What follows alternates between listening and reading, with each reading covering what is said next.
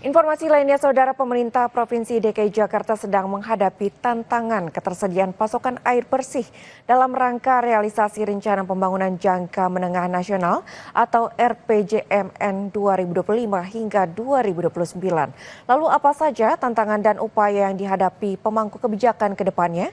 Berikut laporannya.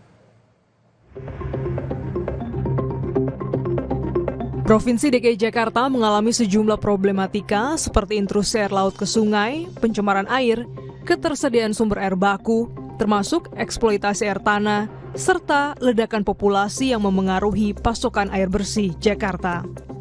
Jakarta memiliki geografis yang unik, terletak di dataran rendah dan dialiri 13 sungai dengan hilir yang lebih rendah dari permukaan laut. Tak hanya itu, Jakarta juga memiliki 111 embung sebagai pengendali banjir. Meski demikian, pasokan air bersih Jakarta masih mengandalkan dari kota sekitarnya. Badan Pusat Statistik mencatat jumlah penduduk Jakarta sebanyak 10.672.100 jiwa pada 2023. Terkait distribusi air bersih, Pamjaya mengklaim 71% warga Jakarta telah terlayani melalui pipanisasi Pamjaya. Dan sisanya masih mengandalkan air tanah untuk memenuhi kebutuhan sehari-hari.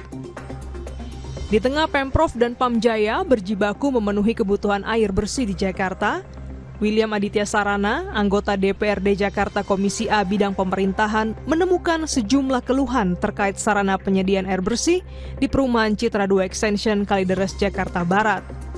Air baku yang dialirkan ke rumah warga tidak sesuai standar peraturan Menteri Kesehatan. Warga yang secara langsung melaporkan ke saya ada sekitar puluhan orang, tapi secara merata di beberapa RT itu semua kualitas airnya cukup buruk dan tadi berbau. Juru kampanye KRUHA Sigit Karyadi menyoroti pengelolaan air di Jakarta yang dikhawatirkan menimbulkan krisis air. Kami khawatirkan persoalannya tidak selesai gitu ketika privatisasi dari hulu hilir berakhir kemarin, kontrak yang lama berakhir kemarin. Karena sekarang Pamjaya itu harus membeli air baku dari itu tadi gitu, sentra-sentra pengolahan air baku gitu yang besar-besar gitu misalnya, yang dikuasai oleh badan usaha tadi gitu. Dengan tingkat keuntungan yang sudah ditetapkan, juga dengan kewajiban harus membeli. Kemudian saya melihat kerentanan ini kemudian akan juga memicu persoalan krisis air gitu. Tak hanya itu, pengamat tata kota Universitas Trisakti, Yayat Supriyatna menyarankan Pemprov Jakarta transparan dalam mengatasi eksploitasi air tanah agar tidak menambah kekhawatiran masyarakat.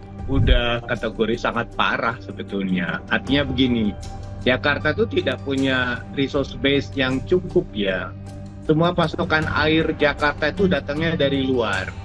Khususnya misalnya contoh untuk air baku, kita mengambil dari Jatiluhur melalui Kalimalang. Jadi resource untuk kebutuhan air baku, konsumsi air minum masih mengandalkan inputnya dari luar. Yayat menambahkan, Jakarta perlu menyusun master plan untuk memenuhi pasokan air baku. Karena hingga saat ini tidak ada penyuluhan terkait menabung air seperti yang dilakukan negara Singapura, Malaysia, dan Jepang. Di lain pihak, Nelson, Kepala Bidang Geologi, Konservasi Air Baku, dan Penyediaan Air Bersih, Dinas Sumber Daya Air Jakarta menjelaskan masih ada permasalahan regulasi terkait pasokan air bersih di Jakarta.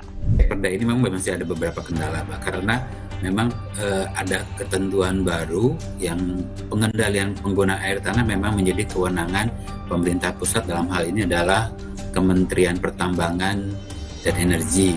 Jadi memang pengendaliannya sekarang di sana bukan lagi hanya pemerintah kota DKI Jakarta yang langsung mengendalikan penggunaan air tanah. Seperti itu, Mbak. Nelson menambahkan, hingga 2024, Pamjaya mampu menyediakan kurang lebih 21.000 liter per detik, di mana total kebutuhan warga Jakarta adalah 31.000 liter per detik, dan dalam waktu 4 tahun, Pamjaya diharapkan bisa memenuhi kebutuhan air. Ketika kemudian kita tahu air bakunya memang menjadi air baku yang bermasalah, itu yang kenapa akhirnya kita harus melakukan berbagai macam modifikasi dan inovasi. Dan ini memang percepatannya harus kita lakukan dengan cepat sebenarnya. Kalau air pump itu sendiri sebenarnya air pumpnya nggak ada yang seperti itu kualitasnya. Dirut Pamjaya memastikan akan mempercepat perbaikan dan pengadaan pipanisasi dengan standar air minum. Lebih dari 80% itu adalah bukan berasal dari kota Jakarta itu sendiri. Artinya Jakarta sangat depending dengan daerah-daerah di sekitarnya. Padahal kita tahu dengan bonus demografi seperti sekarang, itu kota-kota sekitarnya terus berkembang dan mereka juga akan butuh air, sehingga suatu saat klaim air akan menjadi konflik. Ini yang kita sebut sebagai water war. Indonesia menempati peringkat akhir di 10 kota percontohan terkait water security untuk urban tentang ketahanan air situ metropolis. Dengan indikator ketersediaan air, perlindungan banjir, dan kualitas air. Rahmat Fajar Lubis, peneliti BRIN, menyoroti kondisi krisis air di Jakarta yang menimbulkan dampak lebih besar ke depannya.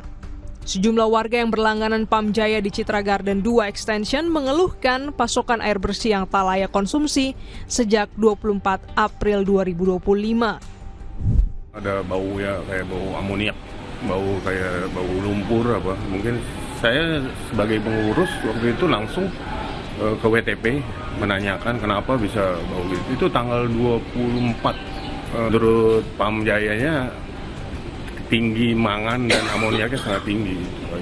Total ada berapa warga di RW 20 yang terdampak, Pak? Hampir semua, Bu. 1.500 kakak di sini ya, ada gitu ya.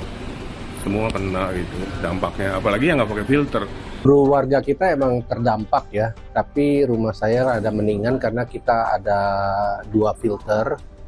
Tapi kecewa sekali sama pelayanan PAM yang katanya akan meningkatkan kualitas air kita, malah jadi buruk. April itu sangat jelek kualitasnya, dia keruh dan bau. Terus gimana? Terus dampaknya ke kulit juga terjadi iritasi. Terus bak kamar juga kotor kan. Gangguan kesehatan ya? Iya, gangguan kesehatan. Iya. Saya mengalami sendiri sih.